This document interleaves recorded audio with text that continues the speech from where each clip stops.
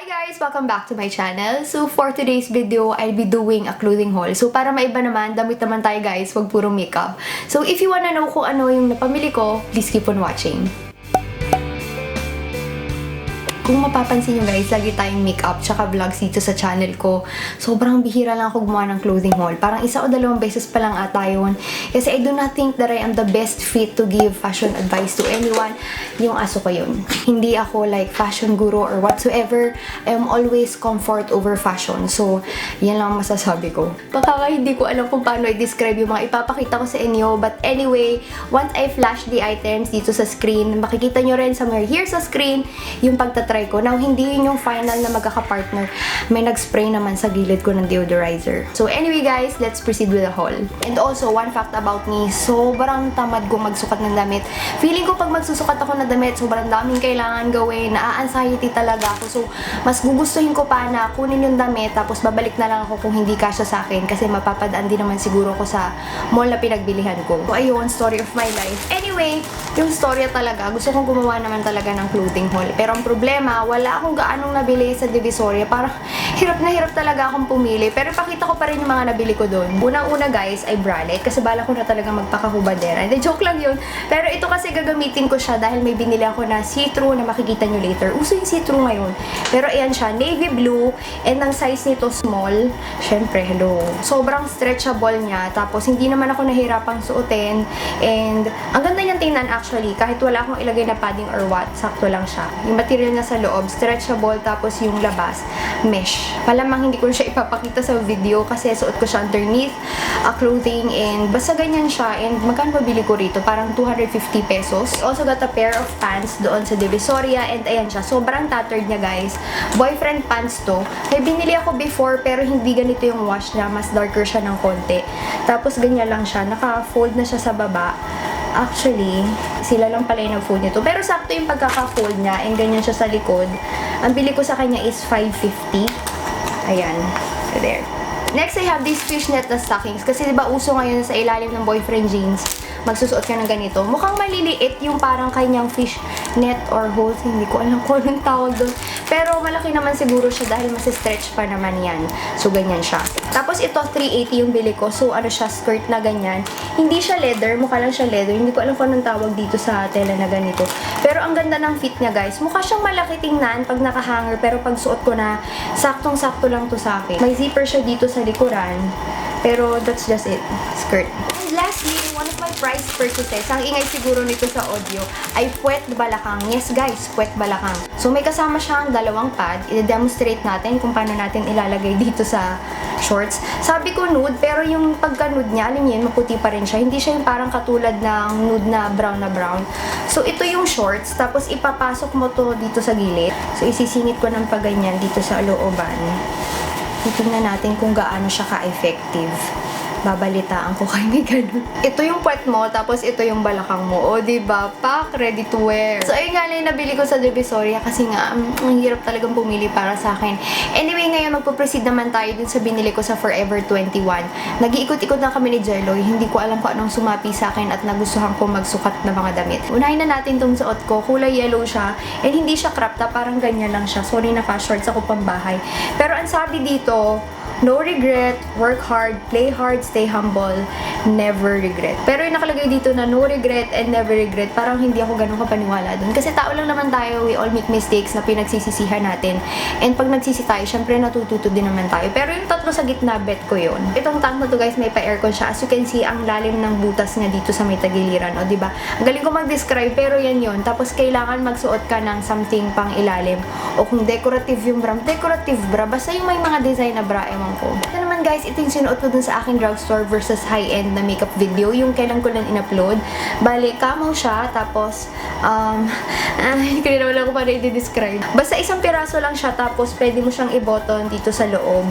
Kasi may ganyan siya. Yung parang sa baby onesie, parang ganyan. Sabi nga ni Jelly, onesie daw yung tawag dito. Sabi ko, hindi, bodysuit ata yan. Nilalagay siya na ganyan. Para pag suot mo, para siyang naka-tuck in guys. Pero pagka gumagalaw ka, hindi magkukulubot dito sa may waist na area. Kasi nga, naka-button siya sa ilalim. Diba? Na-justify ko yun. Pero ayan, itong mga cut na ganito, gusto ko siya dahil since ang laki ng braso ko tingnan, Basta may something sa ganitong cut na nagmumukhang maayos yung braso ko. Although malaki pa rin siyang tingnan, pero something. This is stretchable and komportable naman siyang suotin. I was debating whether to get this or not, pero sabi ni Jelloy, okay naman daw. Tapos, nung ginyanyan ko siya, ang lamig niya sa katawan. So, uso ngayon yung see-through, pero hindi siya like super duper see-through dahil may kulay siya. Yung iba nga, white see-through, black na see-through.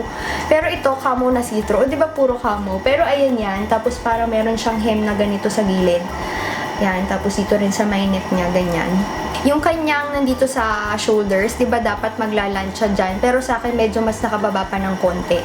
So, oversized siya. Wala na kamo guys ha, pero kulay green pa rin to. Army green. Sobrang lambot nito as in super. Si Jelloy again yung nakakita kasi nga, wala lang, ikot lang ako ng ikot. Sabi niya, tingnan mo to, hawakan mo. Sobrang lambot.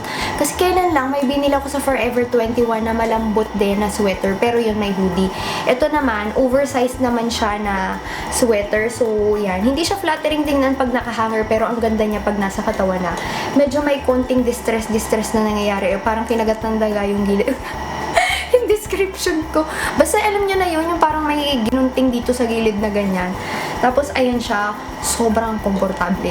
Next, guys, is from Just G. And ito talaga, kahit nung college ako, dito ko bumibili dahil ang size ko noon ay sobrang liit. As in, sobrang liit, like buto balat levels. Pero ngayon, medyo tumaba na ako. Dalawang paper bag to, pero pinagkasya ko na siya sa isa. So, ito sila. Ang gaganda dun, guys. I highly recommend for you to go there. Ang gaganda ng collection nila ngayon. And ito yung collection na para sa katulad ko na hindi magaling mag-partner. Kasi may partner na o mga terno yung mga meron sila. Terno to, guys. We have yung pantaas. And then yung pambaba niya. It gives off this Chanel feels. Kasi di ba sa Chanel, mahilig siya sa material na tweeds. Patik na naman yon yung ubo. Join me. Yung pambaba niya, hindi siya mukhang entirely shorts. Parang mukha siyang palda.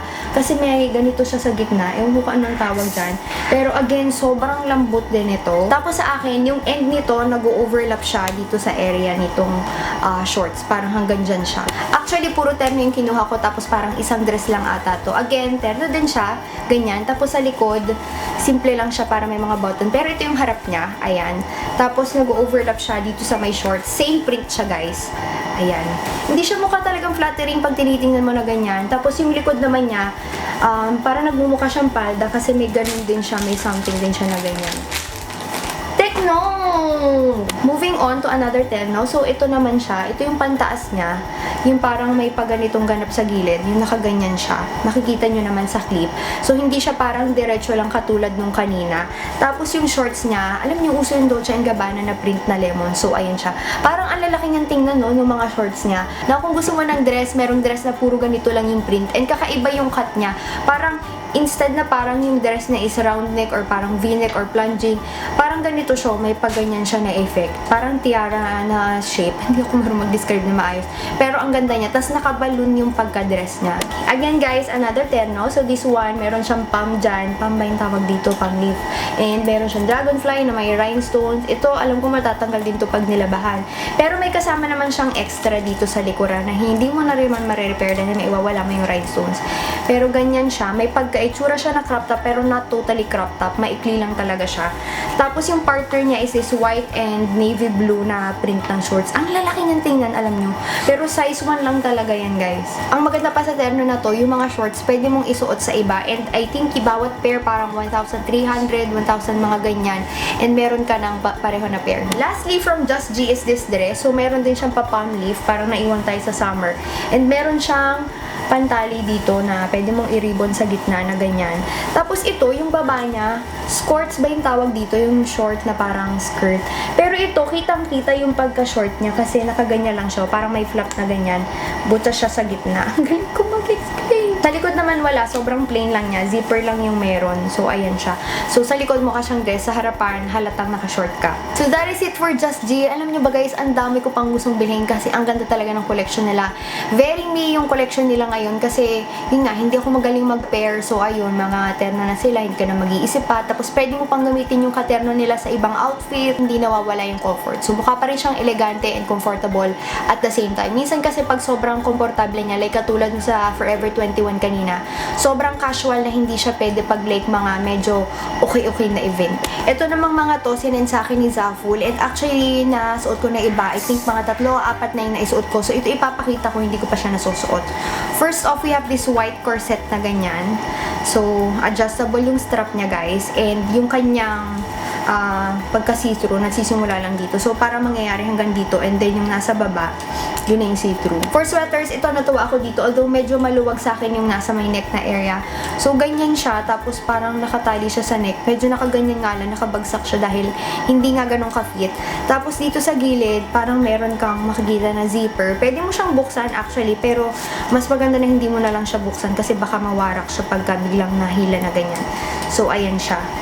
Ang ganda niya kasi brown siya na ganyan. Hindi siya yung mahabang sweater, guys, ha.